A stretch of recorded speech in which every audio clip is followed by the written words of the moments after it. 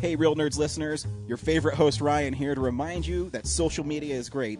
How great is it? There's many ways you can find the Real Nerds on social media. You can download us on iTunes. You can listen to us streaming on Stitcher Radio. You can call us 720-6nerds5. Aw man, our website is so cool. You can visit our website, realnerdspodcast.com. You want to leave some fan mail? Oh, that's so easy, realnerds@gmail.com. Twitter, we got it, @real_nerds. You can even like us on Facebook. Thank you so much, and hey, enjoy the show.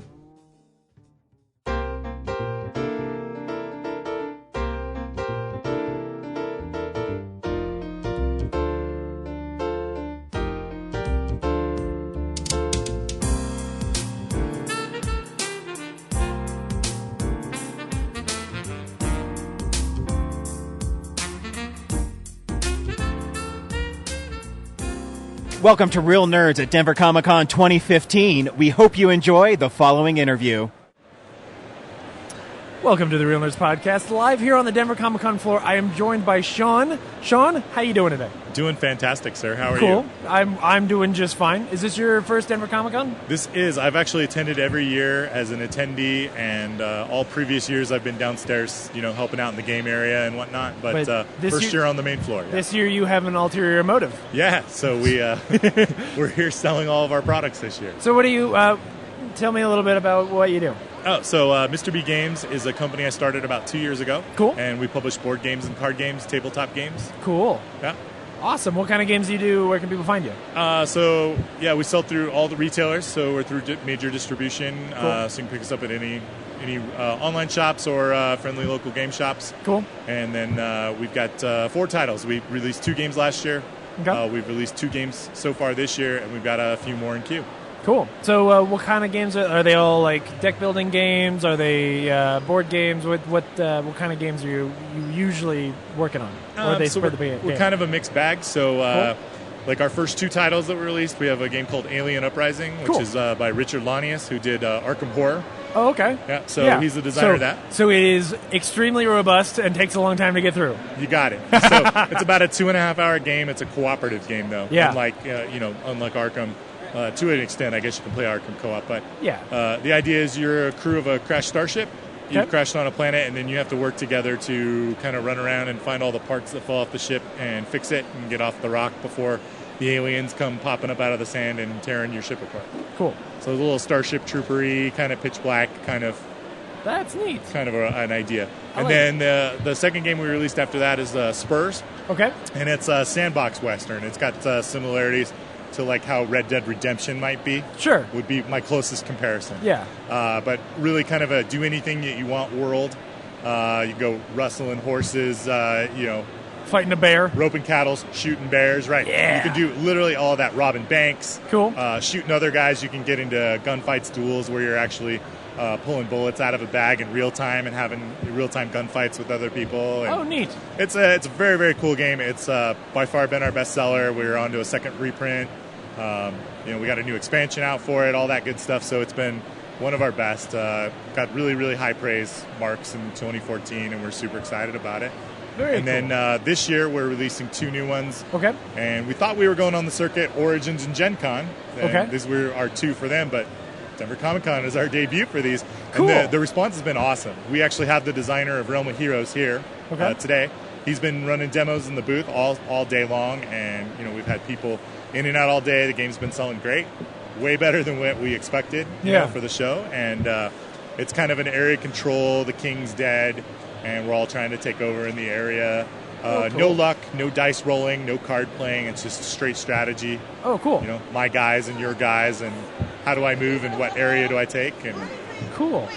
Really, really fun game. And then our other game is Clockwork Kingdom, and that's kind of a worker placement. So kind of like I'd equate it to like Lords of Waterdeep. Might be the newest one that people know, right? So I've got 4 or 5 actions. I have to on my turn, I play one of those actions, then you play one, then I play one, then you play one. And, the entire board has 8 areas that are all phenomenal and fantastic, and I want to do them all, but I've only got 5 actions. Right. And, tough choices, and then did your plan execute better than mine at the end, most victory points type right. scenario. Very cool. So, those are the 4 we have currently out. And then we did 2 on Kickstarter this year so far, and we have a couple more geared up to go later this year as well. Those are always my favorite ones because for me, the less chance involved, the better chance I'll win. To be completely honest with you, Exactly. With my group of friends, like for some reason, I was always the guy who would rarely win unless it was a game where I had a lot more control over. Like there was this running joke in my group of friends that like if I want to get like when we first got Dominion and I won a couple games the first night we played and they were like, this game must be broken. Oh, yeah. There's something wrong with this one if James can actually win this one. So that's cool. I like that. You know what's funny is I always have a funny Dominion story.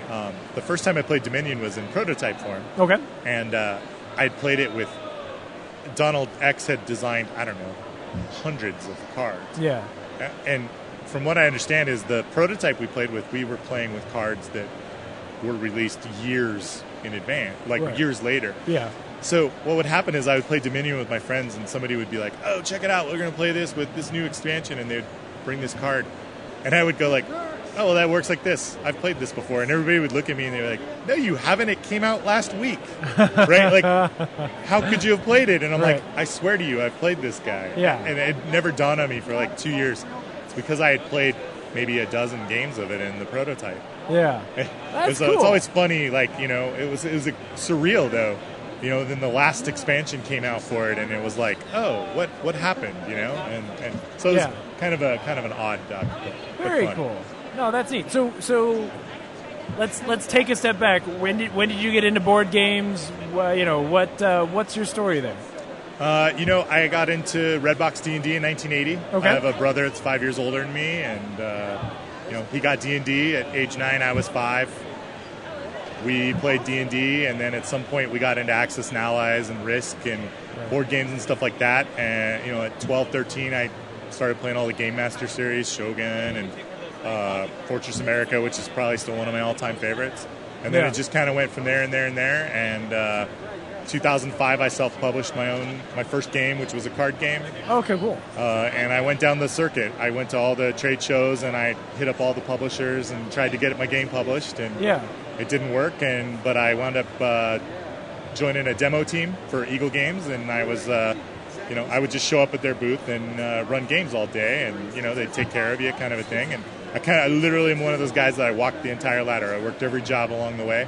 Yeah. I got hired by them to pack boxes in their warehouse and sweep the floors. Right, and Yeah. I did that for a while, and then the guy that was in charge of sales didn't show up one day, and Next thing you know, and you're they in said, charge "Hey, of do sales. sales," and then you do pretty good at that, and then you're head of sales, and then it literally just went down the line. And about 2 years ago, I left that company after Gotcha. 7 years and started my own because Cool. I just said, you know, I really like the games that I'm doing, and I just felt like there was nowhere else to go where I was, Yeah. and so I was like, well, the only challenge left is to do it all on your own. So. Did you guys do any crowdfunding at all? When I was there, we did do crowdfunding prior. We had done a few campaigns here and there. I'd maybe run a dozen of them for them. And pretty much all the campaigns I did were really successful, and it was kind of one of those, we were back and forth on whether we were going to do it or not. Yeah. And I looked at crowdfunding as, wow, I could, me as just a regular guy without a line of credit at a bank or whatever, I could do this for a living. If I go to crowdfunding with one of my game ideas, like, I could make it. Like, Right. I could actually make this happen. And I left, and my first crowdfunded game did over $100,000. Man. And it was awesome, right? And I was off to the races. And I do, you know, a couple a year, and every time they get bigger and bigger and bigger. And That's cool. I love the idea of crowdfunding. I support games myself every month or two. Yeah. You know, I probably back 2 or 3 things a month because Yeah. I feel like the community gave to me, I should give back to the community. Absolutely. You know? And it's interesting because one of the things that's so fantastic about it, it's not just, hey, here's this cool opportunity for if I've got a good idea for me to actually get the money to do it. It's also encouraging to some degree because that way you know people actually want it, right? Oh, absolutely. Like, there is always this. I was talking to a writer earlier today where there is this sort of concern sometimes where you're creating something new and there's this doubt in your mind where you're just like, well, is this really, like, I think this is cool, but am I alone? Oh, and absolutely. especially if you're going to take a big step like that, if you're going to leave a job you have, throw a lot of your security out the window, if you know up front that there is an audience there, even if you do go like a Kickstarter route and you don't get funded, but you get mostly funded, like, that takes away so much of the I would think the fear that's there, where you go like, okay, I know exactly where the audience is, and honestly, now I have their email address and I can get in touch with them, right? Yeah. Well, most of them have already bought the product. I just have to go make it, and I have to make it good now. Well, it's the doubt and the risk. So after that first game, I really considered, well, I'll just make the games I want to make, right? Right. Because I'm off to the races. I don't need Kickstarter now, right? Oh, yeah. But I went to a bank and said, here's what I did on my own. Here's what I sold. And the banks, like, laugh at me. They're like, we're not going to loan you money. And I'm like, wait a minute, I've been doing this for 10 years. Like, right? Yeah. I'm not a brand new company. And, like, I was able to do this with crowdfunding. Like, imagine if you guys were to loan me some money, like, how much damage I could do. And they were just like, eh. So I was like, well, heck with that, I'll just keep crowdfunding, right? Because why wouldn't I? You know, Right. and every time, like I said, they just keep going and going. And you're right. You get 300 or 400 people on a game, and it just kind of does, right up the run of the mill. You go, okay, I know how many to print for that demand, and I'm not going to be stuck with a warehouse full of games. But like a prime example, we just did one about a month ago, and we set a goal for $30,000, very modest goal. Right. We thought in our wildest dreams maybe we get 50, 60,000. We funded $330,000. Holy shit. 5,300 backers. Wow. Biggest print run I've ever made in my life, even when I worked at Eagle. Bigger than anything I ever made over there. And you know what? That tells me, guess what? We're onto something here. Yeah. We've got one. This might be our hit. Right? Yeah. This might be our Dominion. Yeah. You know what I mean? And it was like, okay. Because you only need one. You got it. But when you see that reality hit, you go, okay, I'm going to take everything we made in here and make as much of this game as we can, and that's what we're going to put, right? That's going to be our big release next year. Mm-hmm. And we're so excited because we get to go into 2016 knowing we have a product that a lot of people really like, and it's super exciting. The game's called Posthuman, and it's kind of a take on, it's not zombies, but it's kind of like a survival horror, I guess. Post-apocalyptic, I got you. Yeah, and sure. Very unique, unlike any other board game I've really seen, and cool. So excited to be a part of it. That's really neat. And the beauty is, it was a game pitched to me as a company. It wasn't a game I designed or put out under my own. It was something somebody came to me and said, hey, will you help us publish this? And I read through the rules, I played it once, and I went, this is amazing. Yeah. And I had a post-apocalyptic game of my own, and I said, I'm just going to throw mine out. I'm going to throw mine out and sign yours. Yeah, because burn yours everything to the ground. This yours is what I need. Superior to mine, right? Yeah. That's what you got to do when you're going to go out there and start a business. You know, you have to be subjective. And, absolutely. It's fantastic. And we have another one going on Kickstarter, like currently, right now. It ends in 4 days. Oh, okay. And it's a miniatures game. Big, epic, kind of a throwback to my history. It's like Axis and Allies and Shogun and all those big, giant games rolled into one, right? It's a big, giant fantasy game called War Quest. Okay. And it's got hundreds of miniatures, big, giant board. And the idea is... I always equate it to like Might and Magic, those old Heroes of Might and Magic video games, meets the Dark Tower. If those two things were to make a game, that's in my mind what WarQuest feels like. That's awesome. Yeah, I'm a big 3DO fan, so that sounds cool. I know, I love it, and the designer for me comes full circle. He was the original owner of Eagle Games that gave me my shot 10 years ago. No shit. Yeah. So, wow. Again, you give back to the community, right? And you give back to people that gave you a break, and all of a sudden, boom. Right? And so, to me, that's what I love about this industry, this community. Coming to Comic-Con, high-fiving Spider-Mans when you walk down the aisle. I mean, this is like being home. I mean, this really is, Yeah. You feel like you are surrounded by your people. Absolutely. Yeah. It's really fun. And all people do. And everybody that came up to us today, wow, these are a bunch of normal guys, right? We're not a bunch of corporates or a bunch of guys in suits and ties. Yeah. And it's good to know, right? It's good to know that the products that I buy and support in nerd culture and geek culture come from geeks. Yeah. You know what I mean? That's awesome. Absolutely. Because you don't want it to, not that Steve Jackson is this way, but like you assume if you've never met Steve Jackson, you would think like he's this guy in a suit somewhere who's like, if I can create the right game in a vat, I will make all the like the next Munchkin is going to make me all the money in the world. Right. Well, you want it to just be some cool guys trying to make something neat. Agreed. And the cool thing about the Steve Jackson guys is I love the fact that I know they got some flack for running a Kickstarter or two, and I think it's phenomenal. Yeah. They ran games that they published 30 years ago and said, hey, is there really demand for this? Right.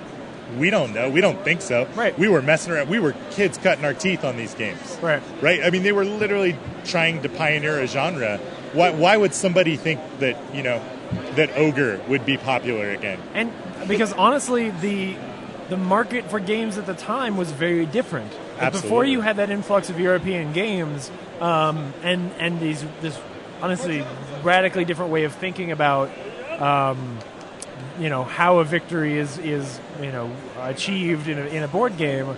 Like before all of that, those games were really simple. Oh yeah. You look back at it and like you compare any Steve Jackson games to like Race to the Galaxy or Seven Wonders or something like that, where there's a lot of complicated movement. You're like, this is kind of baby stuff. Does anybody really want this? So it makes sense that they would go to their audience and say like, hey, do you actually want, like, do you care about this? Right. It's funny. We just moved and we were going through some old paperwork. Yeah. And I found a certificate that I won at the hacker tournament from Steve Jackson. Yeah. At a local event I had won first place in 1990. Wow. For playing one of their card games. And that was before Catan. Catan was 95. Oh, yeah. And you think about that, they were making games of that caliber back then, and you just go, phenomenal. Yeah. And I mean, there was a point in time where it didn't matter what the companies put out, right? There were five, 6 companies making games, making 4 or 5 games a year, and I owned them all, right? You buy 15, 20 games a year, no problem. Now it's a sea of games. You have so many choices. There's hundreds of companies you could buy games from. And, for me, it's just it's an honor and a privilege to be able to do this for a living, So I actually have, when I was in high school and early college, some of my friends who, they work in video games, in the video game industry now, but one of them in particular was constantly, like, working on different versions of his own board games, and, like, I've tested a number of his games, and some of them were really kind of cool ideas. Different kind of maps and different kind of play styles and all that. He was trying to think outside of the box. What would you say to somebody like that who is trying to create their own board games? How does somebody like that get into the industry? How does somebody like that get some exposure? And what trends should they be looking at moving forward? I'd say 4 or 5 years ago, pre-Kickstarter, it was difficult. You had to bang on every door. You had to go to the conventions, walk around, shop, shake hands, right? Do all that stuff. Now I think Kickstarter makes it a little easier. First-time designer going out there and putting up their idea is a huge thing. My advice I always tell people is decide if you want to publish your game or if you want to design your game. Because if you want to be a designer, there are so many companies out there now, especially with the emergence of Kickstarter. Find somebody who can help you publish the game, so you don't have to do all that legwork and attend all these shows and do everything that comes with publishing the game. If you just want to make it and see your baby go to life, find somebody that'll help you, and there are plenty of publishers that'll help you. That's what I tell people now is, find your identity. Right. If you're really good at designing games, then, design your games and have somebody else, manufacture them for you. Right. If you're really good at making the idea and you just really love the concept and you're a do-it-yourself kind of guy and you love going to shows and things like that, then maybe consider, going the Kickstarter route and self-publishing it. Yeah. That's kind of my thought anymore. Is it divided up in a way where, like, if somebody went to Kickstarter, they could then come to you even afterwards and say, like, look, I raised this money to do this. Now I need somebody who can, like, actually do some of this stuff. Is there an avenue there, or should they come find a publisher before they even go to Kickstarter? A lot of people prefer if you do it ahead of time, right, so the company can help you. Sure. Myself, if it's a good game, I'm willing to help anybody. Yeah. That's what I've been doing myself personally this last year is I've been picking up studios, friends of mine, people that I know in the industry, people that I've seen around that are, they just come to me, hey, I'm having a really hard time doing something like this. And I just say, cool, come with me. I know a factory, I'll get you a quote, right? It doesn't take me any much more time. And as being a small company, as a guy who used to work for a big company, I always tell people safety in numbers. Yeah. Right? If 4 or 5 of us band together and we all share containers to ship our products on, we all save money. Yeah, absolutely. Steve Jackson, not to always come back to him, but Steve Jackson, they can afford to bring over 3 or 4 full containers by themselves. Right. Of just Munchkin. Of just Munchkin expansions. You know what I mean? Like they take up 2 inches in the container. Exactly, but they fill up the entire box because they make so many and because they're so popular. Right. A guy like me that makes a couple thousand games, right? Hey, safety in numbers. If I got a couple thousand games and you got a couple and he's got a couple, we could fill up 1 container together. Yeah. Or 2 together, and then everybody saves a little bit of money. That's what I do. So I'm always there to help anybody, but I could see it go both ways. If you had a big success and then you decided after your Kickstarter, hey, I don't want to do this stuff, I think you could still shop around and find a publisher. Gotcha. I think there's guys out there that would help you. I would. So if you're out there and you There's made a the bunch, ad. if you're out there and you made a bunch of money on Kickstarter and you want some help, call me. Very cool. I have one more interesting question, just that Sure. came across my mind here. For a while now, I've seen a lot of some of what I guess I would call classic modern board games. So your Catans, your Carcassonnes, those get like digital versions or mini game, Xbox versions. Sure. What does that industry look like right now? It's a thing that I always thought was kind of awesome, because you look at how many people are playing games like Hearthstone or stuff like that, where if I'm sitting around my house, I don't have any, and I want to play a game, but I don't have anybody to go play with, like a physical version. I would, of course, always rather, if I got my friends together, it's more fun for the social aspect to sit and play it. Absolutely. Is that getting more pervasive in the industry? Are there a lot of people working on it, or are there some really tough hurdles in between the industry that you're in and getting the video game industry to actually understand what a value that is? I think there's hurdles just because the app made it accessible, but the programming portion is such a beast that, you know what I mean? The cost, it's a barrier for sure. Oh, yeah. It makes sense for Ticket to Ride to do an app, right? Everybody plays it. They've sold, 3-4 million copies or something like that is what's on their box now. Right.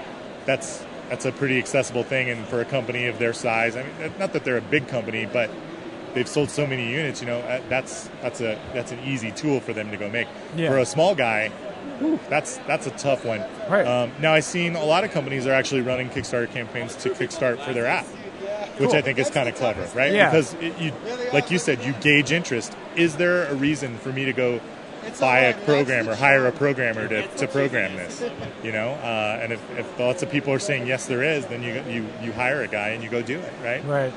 But for me, I haven't really delved in the arena of apps just yet. I'm looking into it with our Posthuman game. Ironically enough, those guys are app programmers that made the board game to help them refine the app, so the app would be rock solid.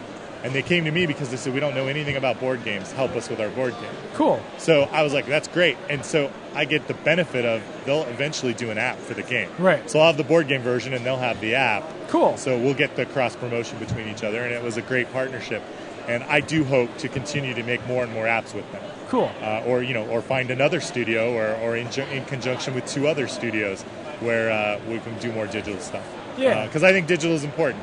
I think everybody's got an iPad or a Kindle now, or even a phone that can do that. I mean, I downloaded the Star Realms one, right? Yeah. On my phone, and it's, you can ride on a plane and play a couple of hands of Star Realms, and it's a blast. Yeah, I mean, it's very particular to the game, right? Like your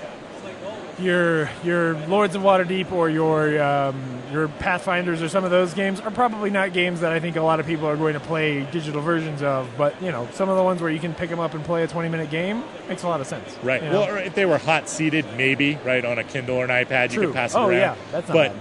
but to your point, as a solo play at Lords of Waterdeep probably wouldn't be so much fun, right? Right. I mean, great game, great social game, but but agreed. So I mean, that's kind of my take on it. Is I think there's so much potential in our industry. Cool. And especially when you see the way comic books have exploded over the last decade, you go like, that could happen in games. And oh, hell yeah. Man, would I love to be honestly, a part of that. Like, at least in my world, I feel like it is happening in games, right? Like, you honestly, you go back to the Steve Jackson thing. Yeah. When I was in middle school and high school and I was playing D&D and I was going to my local game shop, the shelves were just covered in Steve Jackson games. Sure. Right? There was Illuminati and there was Munchkin, and that's what you played. Right. And then, in the early 2000s, you started getting a lot of you got your Catans coming in. Carcassonne was out there, but I got exposed to it. And as those started to take off, all of a sudden, you get your Puerto Ricos and your Ticket to Rides and like all of these German games that just started blowing up. And you're like, oh, now you can go to those game shops and like half of those games you pick up might not even be in English. Like it's crazy, you know. It's true. I think it is blowing up quite a bit. Oh no, I agree. I mean, yeah. I just from the media side, like from the Oh, I see what you're saying. right? Yeah. I think because of the way comic books have kind of transcended over into movies Yes. and all that stuff, Yes. you know, and I think everything kind of television, movie, film. I think you might be seeing that in games, and actually, Fantasy Flight, in my opinion, is kind of bridging that gap with they're bringing over Game of Thrones and Star Wars, right? So now they're bringing out Star Wars games that are obviously going to tie to the new movies and stuff like that. So there's always the licensed possibilities and potentials out there too. Yeah, I mean the real bridge is when you go from having nerds play those games to having like when my mom plays Lords of Waterdeep, that will be like a watershed event in the board gaming world, right? Like when my mom or like people who would normally she gets on a plane, she plays Djinn. Yeah. Like when those people start playing these complicated board games that are very, very different, that's when you're going to start seeing the whole thing just blow up. I had that moment last Christmas, right? Yeah. My sister-in-law and my brother-in-law, who are not gamers, don't play stuff, they look at me as the resident nerd, right? They're like, oh, our nerdy brother did this, G.I. Joe and comic book games, right? Which is hilarious because I don't do either, but but they try, assume, right? And they say, we went to this thing and we holiday party, right? And we had a blast and we played this game and it was like super offensive with cards. And the second they said it, I'm like, they played Cards Against Humanity. Yeah. And to me, I go, hey, like the fact that it's totally your world, yeah. But really, at the end of the day, the fact that a bunch of normal non-gamers were at a holiday party having a couple of glasses of wine, and for entertainment, they decided to play a fun little word game. Yep. You go, that's all it takes, right? Yep. It's the same thing as somebody going to see the Avengers in the movie theater, right? Yeah. Might not be a comic book fan, but you went to see the movie and it was entertaining, and then maybe you step foot in the comic book shop and say, I'd like to buy the new Captain America graphic novel because it's not as corny as buying a comic book. Right. Right? Oh, yeah. And so, to me, it just opens up the door to the world, 100%. And I love this. You walk around on this show floor and you see the extreme people and you see the average everyday people. Like moms walking with their kids, and their kids are all in costume, and the mom is just walking normal in a normal dress. She has no interest in this culture, but her 4-year-old, her 6-year-old, and her 12-year-old are all having a blast dressed up as Superman. So they all come anyway, and to me that means we've all made it. Really, at the end of the day. This isn't really related, but earlier today I saw a woman who was dressed up as Gamora, and her, I believe, daughter was dressed up as Rocket Raccoon. Oh, it was the most amazing Rocket Raccoon anyone could ever be. Oh, that's it was fantastic. so good. It was so cool. The best story I saw from here is in the very far back. They have like all the clubs are there, with all their real life props. Yeah, and the 501 and the Raccoon Cities and the yeah, exactly. And so they had a gun from Hoth. Oh, cool. Right, and one of the Star Wars props. And this little kid, I mean, he couldn't have been 3 feet tall, right?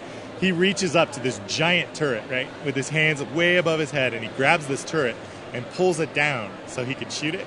And he pulls the little triggers, and the thing lights up and goes, pa-choo, pa-choo, right, makes all this noise. Yeah. And at the moment he did that, the Spider-Man guy was walking by, and guy had the quickest wit, right? He hears this kid pull the gun down in the tower, and he takes a flop. In front of all these people in the walkway on the concrete, just falls down, and this little kid's jaw drops because he thinks he just shot Spider-Man with the gun from Hoth. And I was like, I was there to witness this. I literally stopped. I know, and I'm like, only at Comic-Con, and I was here. I was there for that.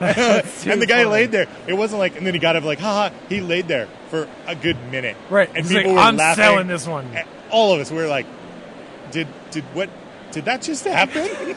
Maybe Spider-Man's really dead. Maybe it's over. Right. Yeah. That's too cool. I love when those worlds can collide. Absolutely.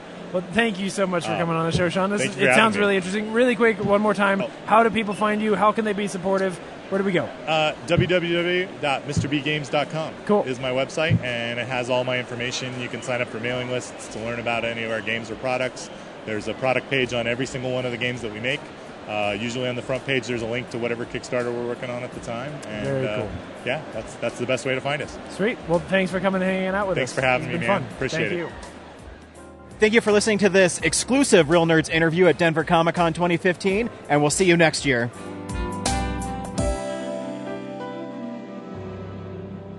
Visit our website, realnerdspodcast.com. You can tweet us at real_nerds. You can email us even, realnerds@gmail.com. Like us on Facebook. Hey, stream us on Stitcher. You want to call us? 720-6nerds5. And download us on iTunes. Just search Real Nerds. Thank you, Joe Kempter, for the wonderful voiceover. And also Spark Mandrill for the wonderful late-night jazz smooth sounds of movies. You can find him on SoundCloud. This has been a Nebulous Visions production.